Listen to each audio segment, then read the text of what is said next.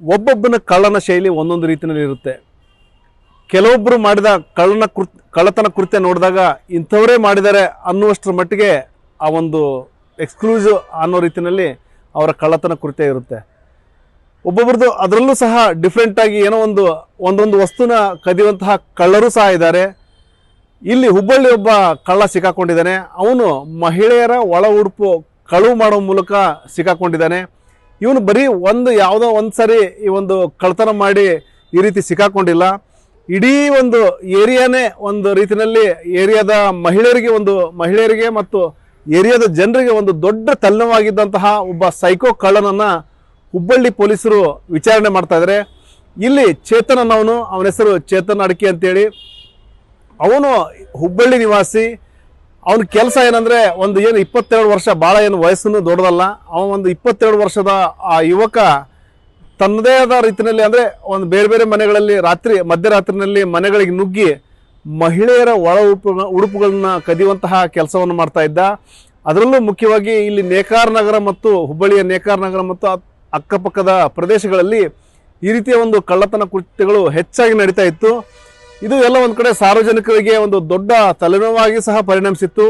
ಕೊನೆಗೂ ಸಹ ಏನಂದರೆ ಅಲ್ಲಿನ ಜನ ಇವನ್ನ ಕಾಟಕ್ಕೆ ತಾಳಲಾರ್ದೇ ಕೆಲವೊಬ್ಬರು ತಮ್ಮ ಮನೆಗಳಿಗೆ CCTV ಹಾಕ್ಕೊಳ್ಳೋ ಮೂಲಕ CC ಕ್ಯಾಮ್ರಾ ಹಾಕ್ಕೊಳ್ಳುವಂಥ ಕೆಲಸವನ್ನು ಮಾಡಿದರು. ಕೊನೆಗೂ ಸಹ ಅಂದರೆ ಈ ಒಂದು CC ಕ್ಯಾಮ್ರಾ ಹಾಕಿರುವಂತಹ ಒಂದು ಅಂಶವನ್ನು ಗಮನಿಸದಿರುವಂತಹ ಒಂದು ಚೇತನ್ನು ಯಾವುದೋ ಒಂದು ಮನೆಗೆ ನುಗ್ತಾನೆ.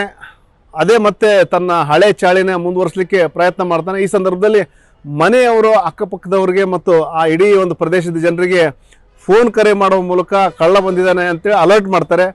ಎಲ್ಲರೂ ಸಹ ಕೂಡಿ ಹಾಕಿ ಅವನಿಗೆ ಗೂಸಾ ಕೊಡ್ತಾರೆ. ನಾತು ಇದು ಪರಿಚಯದವರ ಮಾಡಕತ್ತಾರ. ನಾತು ಇದು ಎಲ್ಲಿ ಅದಾನು ಎಲ್ಲಿವ पैसे भी काले का एक बार बोला था ना लोकांना तಕೊಂಡು ಹೋಗ್ಯಾನ ಒಂದ್ಸಲ ಮ್ಯಾಲ್ ರೂಮ್ ನಾಗಿಂದ ಹಾ ಚಾವಿ ಮೊಬೈಲ್ ಗಿಬಲ್ ಎಲ್ಲ ಕಸ್ಕೋಬೇಕ್ರ ಅವನ್ನೆಲ್ಲ ಥಳಿತ ಮಾಡ್ತಾರೆ ಮತ್ತು ಅವನ್ನ ಏನು ವಿಚಾರಣೆ ಸಹ ಮಾಡ್ತಾರೆ. ಅಂದರೆ ಯಾಕಾಗಿ ಈ ರೀತಿಯ ಒಂದು ಕಳ್ಳತನ ಮಾಡ್ತಾ ಇದೆ ಅಂತೇಳಿ. ಆದರೆ ಅವನು ಇಲ್ಲ, ನಾನು ಈ ರೀತಿಯ ಒಂದು ಕಳ್ಳತನ ಮಾಡ್ತಾ ಇಲ್ಲ ಅನ್ನೋ ಒಂದು ಸಮಜಾಯಿಷಿನ ಕೊಡುವಂಥ ಪ್ರಯತ್ನ ಮಾಡ್ತಾನೆ. ಆದರೆ ಸಾರ್ವಜನಿಕರು ಮಾತ್ರ ಅವನಿಗೆ ಸುಮ್ಮನೆ ಬಿಡಲ್ಲ. ಅವನ ಮೇಲೆ ಹಲ್ಲೆ ಮಾಡೋದ್ರ ಜೊತೆಗೆ ಅವನಿಗೆ ಏನು ಹೊಡೆಯೋ ಮೂಲಕ ಮತ್ತು ಪೊಲೀಸರಿಗೆ ಒಪ್ಪಿಸುವ ಮೂಲಕ ಒಂದೇನು ಇವನ ಮೇಲೆ ಕ್ರಮ ಕೈಗೊಳ್ಳ್ರಿ ಅಂತೇಳಿ ಆಗ್ರಹ ಮಾಡ್ತಾರೆ. ಇಲ್ಲಿ ಪೊಲೀಸರು ಸಹ ಏನು ವಿಚಾರಣೆ ಮಾಡುವಂಥ ಸಂದರ್ಭದಲ್ಲಿ ಅವನು ಎಸ್ಕೇಪ್ ಆಗಲಿಕ್ಕೆ ಪೊಲೀಸರ ಮೇಲೇ ಹಲ್ಲೆ ಮಾಡಿ ಎಸ್ಕೇಪ್ ಆಗುವಂಥ ಪ್ರಯತ್ನವನ್ನು ಚೇತನ್ ಮಾಡ್ತಾನೆ. ಆದರೆ ಪೊಲೀಸರು ಅದಕ್ಕೆ ಅವಕಾಶ ಮಾಡಿಕೊಡಲ್ಲ. ಕೊನೆಗೂ ಸಹ ಅವನ್ನ ಠಾಣೆಯಲ್ಲಿ ಹಿಡಿದಿಟ್ಟು ವಿಚಾರಣೆ ಮಾಡಿದ್ದಾರೆ. ಇಲ್ಲಿ ಹಲವಾರು ಅಂಶಗಳು ಇಲ್ಲಿ ಏನು ವಿಚಾರಣೆ ಸಂದರ್ಭದಲ್ಲಿ ಬೆಳಕಿಗೆ ಬಂದಿದ್ದಾವೆ. ಅದರಲ್ಲೂ ಮುಖ್ಯವಾಗಿ ಏನಂದರೆ ಇವನು ಈ ರೀತಿಯ ಒಂದು ಕಳ್ಳತನ ಬಹಳ ದಿನಗಳಿಂದಲೂ ಈ ರೀತಿಯ ಒಂದು ಮಹಿಳೆಯರ ಒಳ ಉಡುಪುಗಳನ್ನ ಕಳ್ಳತನ ಮಾಡುವಂತಹ ಕೆಲಸವನ್ನು ಬಹಳ ದಿನಗಳು ಸಹ ಮಾಡ್ತಾ ಇದ್ದ. ಆ ರೀತಿ ಏನು ಕಳ್ಳತನ ಮಾಡಿದಂತಹ ಬಟ್ಟೆಗಳನ್ನ ಮನೆಯಲ್ಲಿ ಒಂದು ರಾಶಿ ಗುಡ್ಡೆ ಹಾಕುವಂಥ ಕೆಲಸವನ್ನು ಸಹ ಮಾಡಿದ್ದ. ದೊಡ್ಡ ಮಟ್ಟದಲ್ಲಿ ರಾಶಿ ಆದಂಥ ಸಂದರ್ಭದಲ್ಲಿ ಮನೆಯವರು ನೋಡಿ ಅದನ್ನು ಇದು ಈ ರೀತಿ ಯಾಕೆ ಮಾಡಿದೆ ಅನ್ನೋ ಒಂದು ಪ್ರಶ್ನೆ ಮಾಡ್ತಾರೆ.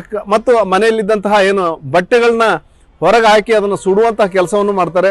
ಆ ಅಂಶ ಏನು ಪೋಷಕರನ್ನ ವಿಚಾರಣೆ ಮಾಡಿದಂಥ ಸಂದರ್ಭದಲ್ಲಿ ಅವರನ್ನ ಪೊಲೀಸರು ವಿಚಾರಣೆ ಮಾಡಿದಂಥ ಸಂದರ್ಭದಲ್ಲಿ ಆ ಅಂಶ ಬಹಿರಂಗಗೊಂಡಿದೆ.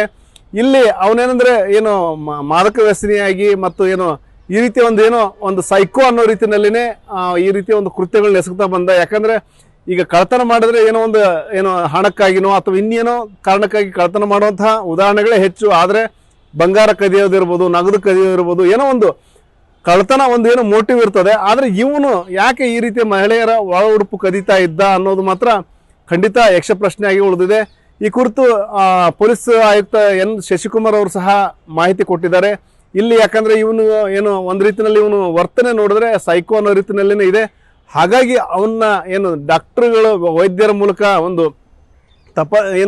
ವೈದ್ಯಕೀಯ ಪರೀಕ್ಷೆಗೆ ಗುರಿಪಡಿಸುವಂಥ ಕೆಲಸ ಮಾಡ್ತೀವಿ ಅನ್ನೋ ಒಂದು ಮಾತನ್ನು ಹೇಳಿದರೆ, ಅಲ್ಲದೆ ಇವನು ಭಾಳ ದಿನಗಳಿಂದ ಈ ರೀತಿಯ ಕೆಲಸ ಮಾಡ್ಕೊಂಡು ಬರ್ತಾ ಇದ್ದಂಥ ಮಾಹಿತಿ ಇದೆ. ಹಾಗಾಗಿ ನಾವು ಸಹ ಈ ಪೊಲೀಸರಿಗೆ ಕರ್ತವ್ಯಕ್ಕೆ ಅಡ್ಡಿಪಡಿಸಿದ್ದ ಒಂದು ಸೆಕ್ಷನ್ ನಡಿ ಮತ್ತು ಬೇರೆ ಬೇರೆ ಸೆಕ್ಷನ್ ನಡಿ ಪ್ರಕರಣ ದಾಖಲಿಸ್ಕೊಂಡು ಅಂತ ಹೇಳಿದ್ದಾರೆ. ಇನ್ನೊಂದು ಆಶ್ಚರ್ಯ ವಿಷಯ ಏನಂದರೆ, ಈಗೇನು ಸಾರ್ವಜನಿಕರು ಅವನಿಗೆ ಹಿಡಿದು ಕೊಟ್ಟಿದ್ದಾರೆ, ಆದರೆ ಅವ್ರು ಯಾರೂ ಸಹ ಪ್ರಕರಣ ದಾಖಲಿಸಲಿಕ್ಕೆ ಮುಂದಾಗಿಲ್ಲ. ಆ ಕಾರಣಕ್ಕಾಗಿಯೇ ಪೊಲೀಸರೇ ಸ್ವಯಂ ಪ್ರೇರಣೆಯಿಂದ ಪ್ರಕರಣ ದಾಖಲಿಸಿಕೊಂಡು ತನಿಖೆ ಮುಂದುವರಿಸಿದ್ದಾರೆ. ರೆಡ್ ಹ್ಯಾಂಡ್ ಆಗಿ ಅಲ್ಲಿ ಬಂದು ಬಟ್ಟೆ ಕದಿತಾ ಇದ್ದಾನೆ ಅನ್ನೋದ್ರ ಹಿನ್ನೆಲೆಯಲ್ಲಿ ಅವನ್ನ ವಶಕ್ಕೆ ತೊಗೊಂಡಿದ್ದಾರೆ. ಆ ನಂತರದಲ್ಲಿ ನಮ್ಮ ಪೊಲೀಸರಿಗೆ ಕೊಡುವಂಥ ಸಂದರ್ಭದಲ್ಲಿ ಅಗೇನ್ ಅವನು ನಮ್ಮ ಪೊಲೀಸರ ಜೊತೆ ಸಂಘರ್ಷ ಮಾಡಿಕೊಂಡು ಓಡೋಗ್ಲಿಕ್ಕೆಲ್ಲ ಟ್ರೈ ಮಾಡಿದ್ದಾನೆ.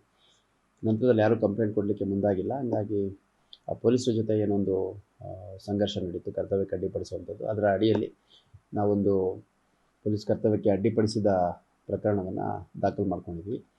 ದಾಖಲು ಮಾಡಿಕೊಂಡು ಅದನ್ನು ಅಗತ್ಯ ಕಾನೂನು ಕ್ರಮವನ್ನು ಕೈಗೊಳ್ಳಲಾಗಿದೆ. ನೋಟಿಸ್ ಕೊಟ್ಟಿದ್ದೀವಿ. Less than 7 years of punishment ಆಗಿರೋದ್ರಿಂದ ಅದನ್ನು ಯಾವ ಥರ ಬೇಕೋ ಆ ಥರ ನಿಯಮಾನುಸಾರ ಇನ್ವೆಸ್ಟಿಗೇಷನ್ ಮಾಡ್ತಾಯಿದ್ದಾರೆ.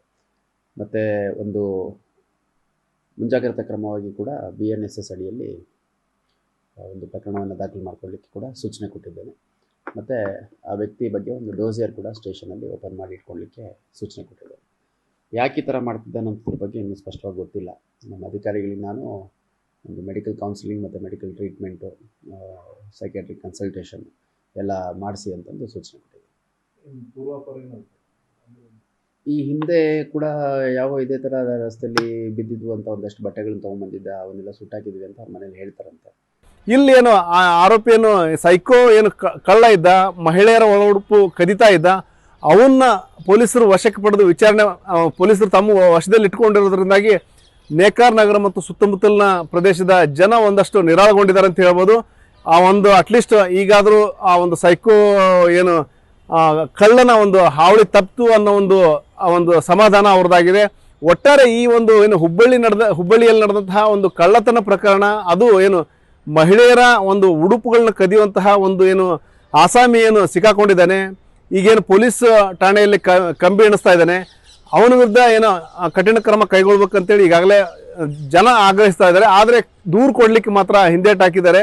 ಒಟ್ಟಾರೆ ಪೊಲೀಸರೇ ಸ್ವಯಂ ಪ್ರೇರಣೆಯಿಂದ ಪ್ರಕರಣ ದಾಖಲಿಸಿಕೊಂಡು ತನಿಖೆ ಮುಂದುವರಿಸಿದ್ದಾರೆ ಮತ್ತು ಅವನಿಗೆ ಏನು ವೈದ್ಯಕೀಯ ನಿಮಾನ್ಸ್ನಲ್ಲಿ ಏನೋ ಒಂದು ಚಿಕಿತ್ಸೆ ಕೊಡಿಸುವಂತಹ ಏನಾದರೂ ಯಾಕೆ ಈ ರೀತಿ ಮಾಡ್ತಾ ಇದ್ದಾನೆ ಅನ್ನೋ ಒಂದು ಅಂಶನ ಏನು ಪತ್ತೆ ಹಚ್ಚುವಂತಹ ಮತ್ತು ಅವನು ಇನ್ನು ಬೇರೆ ಬೇರೆ ಯಾವ್ದಾರು ಕೃತ್ಯಗಳಲ್ಲಿ ಭಾಗಿಯಾಗಿದ್ದಾನ ಅನ್ನೋದರ ಕುರಿತು ತನಿಖೆಯನ್ನು ಮುಂದುವರಿಸಿದ್ದಾರೆ. ಶಿವರಾಮ ಮಸೂರಿ, ನ್ಯೂಸ್ 18 ಹುಬ್ಬಳ್ಳಿ.